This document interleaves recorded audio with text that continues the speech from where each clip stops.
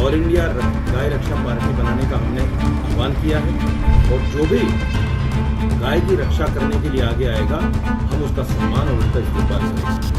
हर सतह पर जहां गाय के साथ हो उसको पकड़ के फांसी दें।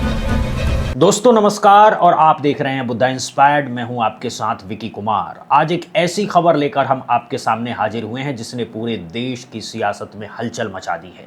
बकरीद का त्यौहार अभी कुछ ही दिनों में आने वाला है और इससे पहले ही एक ऐसा बयान सामने आया है जिसकी वजह से उत्तर प्रदेश की राजनीति में भूचाल सा आ गया है। दरअसल हुआ ये कि मुस्लिम समुदाय की तरफ से गाय और कुर्बानी को लेकर के एक बहुत बड़ा ऐलान कर दिया गया है और इसी ऐलान के बाद से ही न सिर्फ बीजेपी बल्कि खुद मुख्यमंत्री योगी आदित्यनाथ की टेंशन भी काफ़ी बढ़ गई है। अब लोगों के मन में ये सवाल उठ रहा है कि क्या वाकई में यूपी के अंदर कोई नया सियासी तूफान खड़ा होने वाला है? क्या गाय को लेकर के जो मामला शुरू हुआ है वो अब सीधे सीधे सरकार से टकराने की दिशा में आगे बढ़ रहा है? और क्या आने वाले दिनों में योगी सरकार के सामने मुश्किलें पहले से कहीं ज़्यादा बढ़ती हुई नजर आएंगी? चलिए आपको पूरा माजरा समझाते हैं। हुआ ये है कि मौलाना साजिद रशीदी साहब ने एक बहुत बड़ी घोषणा कर डाली। उन्होंने ऐलान किया कि अब पूरे देश के स्तर पर एक ऑल इंडिया गाय रक्षा पार्टी बनाई जाएगी और इस पार्टी को बनाने का मकसद यही होगा कि गाय की हिफाजत की जा सके।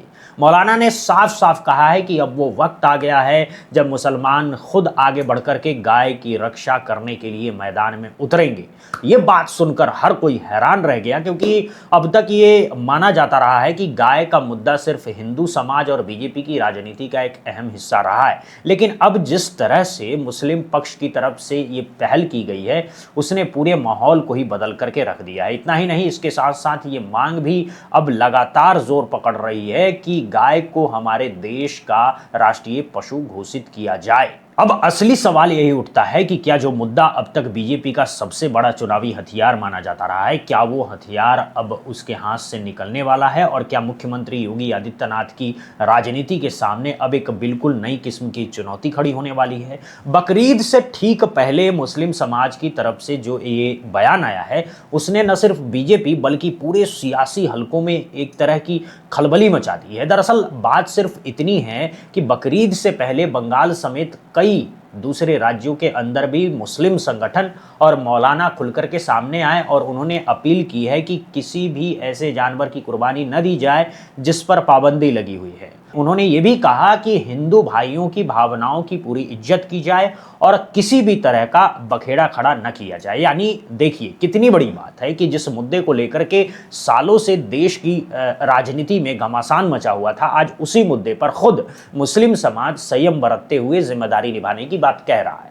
मौलाना रशीद साहब ने यह भी साफ कर दिया है कि वो सिर्फ मुस्लिम संगठनों से ही बात नहीं करेंगे बल्कि हिंदू संगठनों से, बजरंग दल से, विश्व हिंदू परिषद से और तमाम गौरक्षक से जुड़े दलों के साथ भी मुलाकात करेंगे। मतलब साफ है कि अब कोशिश ये की जा रही है कि गाय की रक्षा का जो मुद्दा अब तक हिंदू और मुसलमान की राजनीति के बीच पिसता रहा है उसे एक ऐसा साझा मुद्दा बना दिया जाए कि जिस पर दोनों समुदाय मिलकर के काम कर सके। दोस्तों नमस्कार, आदाब।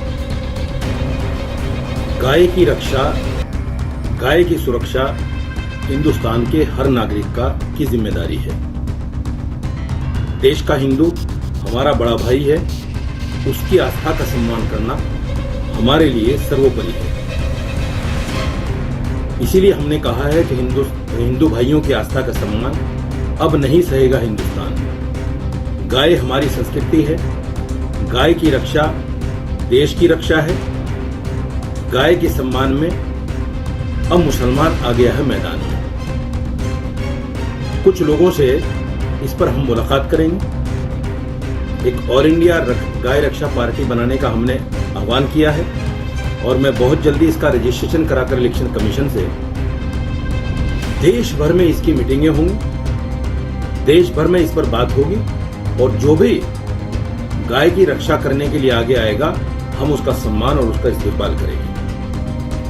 मैं सर्वप्रथम अपनी जितनी मुस्लिम तंजीमें हैं उन तमाम के सदर से मिलकर बात करूंगा। उन्होंने ये भी बताया कि सबसे पहले तो वो देश की जितनी भी बड़ी मुस्लिम तंजीमें हैं उन सब के सदर साहबान से जाकर के मिलेंगे और उनसे इस बारे में विस्तार से बातचीत करेंगे। लेकिन अब बात यह है कि बकरीद से ठीक पहले जिस तरह का माहौल पूरे देश में बनता हुआ नजर आ रहा है, उसने एक बार फिर से गाय और राजनीति के पूरे मुद्दे को सीधे केंद्र में ला करके खड़ा कर दिया है। अब इस पूरे मामले को देखने के लोगों के अपने अपने नजरिए हैं। कुछ लोग ऐसे हैं जो इसे विशुद्ध रूप से धार्मिक भावनाओं और आस्था से जोड़ करके देख रहे हैं और कह रहे हैं कि ये तो सीधे तौर पर धर्म का मामला है। वहीं दूसरी तरफ कुछ लोग ऐसे भी हैं जो इस पूरे मामले को सीधे सीधे एक राजनीतिक बयानबाजी के रूप में देख रहे हैं और इसके पीछे कोई गहरी सियासी चाल खोजने में लगे हुए हैं। विपक्षी दलों की तरफ से भी इस बयान पर अब तीखी प्रतिक्रिया आनी शुरू हो गई है और सोशल मीडिया के तमाम प्लेटफॉर्म पर भी इस मुद्दे को लेकर के तरह तरह की बहसें छिड़ गई है।